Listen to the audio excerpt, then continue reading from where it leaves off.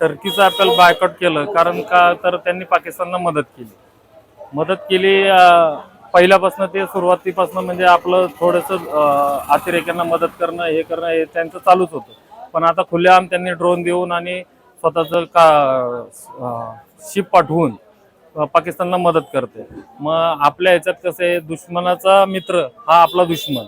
ह्या धर्तीवर मग आता काय करायचं, तर मग त्या टर्कीचे कुठले सगळेच अटेम्पवर बायकॉट करायचं असं आम्ही ठरवलं सगळ्यांनी.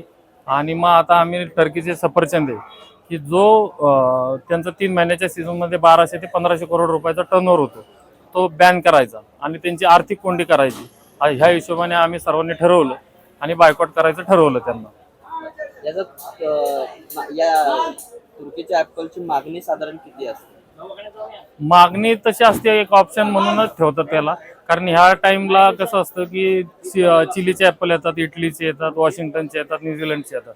कारण आपल्या भारतातले आता नसतात. फेब्रुवारीमध्ये आपला इंडियन ॲपलचा सीझन एंड होतो आणि आता ते मग ऑप्शन म्हणून ते टर्कीचं ॲपल येतं. पण आपण नाहीच खाल्लं तर त्यांना एक आर्थिक कोंडी होऊन जाईल त्यांची आणि त्यांना पण कळेल की आपण भारताशी दुश्मनी म्हणजे केली तर त्याचा काय परिणाम होतो.